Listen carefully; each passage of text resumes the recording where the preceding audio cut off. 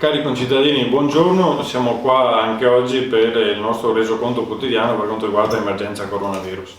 Ribadiamo che ad oggi a mezzogiorno non sono presenti casi di coronavirus a Terra di Po e giusto anche ribadire che la provincia di Rovigo si registrano 30 casi, la provincia con meno casi per quanto riguarda il Veneto, giusto per dare un dato, Belluno ha oltre 100 casi di positività al virus. Quindi questo per esprimere cosa? Siamo ancora un'isola felice, non abbiamo grandi problemi legati al virus e quindi tutti i sacrifici che stiamo facendo, rimanere in casa, evitare al minimo i contatti, limitare gli spostamenti a sue necessità, servono per mantenere questo trend positivo per il momento e per evitare di vivere situazioni come in altri comuni, vedi anche Lombardia o altre regioni d'Italia, dove veramente la crisi è qualcosa di grande e di quasi impossibile da gestire o da comprendere magari per noi. Quindi vi chiedo ancora una volta di rimanere a casa, limitare gli spostamenti solo per lavoro, salute e necessità. Se avete delle piccole scadenze, adesso è in programma un nuovo decreto che posticiperà le scadenze per le tasse, quello che è, dopo vi dirà anche il vice sindaco, quindi cerchiamo di limitare al minimo gli spostamenti.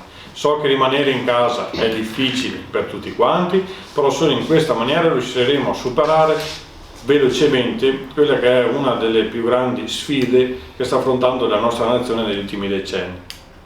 In questi giorni gireranno i due mezzi della protezione civile avvisando anche rispetto alle principali ristrettezze e gli avvisi anche di rimanere in casa tutti i cittadini che magari non possono accedere alla stampa, al sito istituzionale e a Facebook. E inoltre stiamo preparando un pacchetto di quelle che possono essere delle misure economiche per far fronte alle prime necessità che riguarderanno sia i servizi da mano individuali che anche le tasse. Quindi vi invito ancora una volta, rimanete in casa, tutto il lavoro che lo stiamo facendo sta dando dei risultati, cerchiamo di non vanificare tutto almeno solo per una semplice voglia, per una boccata d'aria. Da domani sarà attivo qui a Taglio di Po il servizio di consegna di farmaci a domicilio. È un servizio dedicato a particolari categorie di persone fragili come anziani non autosufficienti, senza mezzi di trasporto, senza sostegno familiare, ammalati, immunodepressi, in quarantena oppure famiglie in stato di necessità con figli minori di 14 anni. È un servizio che attiveremo ufficialmente da domani in collaborazione con la Protezione Civile e con il supporto di numerosi volontari provenienti da associazioni del territorio e anche semplici cittadini. È attivato in collaborazione con le farmacia Centrale Buonamico, farmacia Pozzato Maria Rosa e Chem Italia di Vilma Milano. Per quanto riguarda la zona marina, il dispensario locale del dottor Chiefa si è messo a disposizione per consegnare autonomamente i farmaci a domicilio. Durante la settimana le farmacie raccoglieranno dagli utenti gli ordini. Questi ordini saranno poi girati, consegnati all'ufficio servizi sociali che a sua volta chiamerà i volontari per la consegna che avverrà il mercoledì e il sabato mattina. Gli anziani e le persone fragili sono da sempre la nostra priorità e lo sono ancora di più in questo dedicato momento, quindi è un servizio dedicato a loro, dedicato alle persone in questo momento in situazioni di fragilità. Come anticipato ieri dal sindaco, invieremo alle famiglie dei bimbi che frequentano il nido nei prossimi giorni una comunicazione con le indicazioni per l'esenzione dal pagamento delle rate. Allora, buongiorno, io vi parlo della TARI, la tariffa sui rifiuti. Anche quest'anno, così come gli anni precedenti, erano previsti i bollettini con le 3 date in cui pagarli.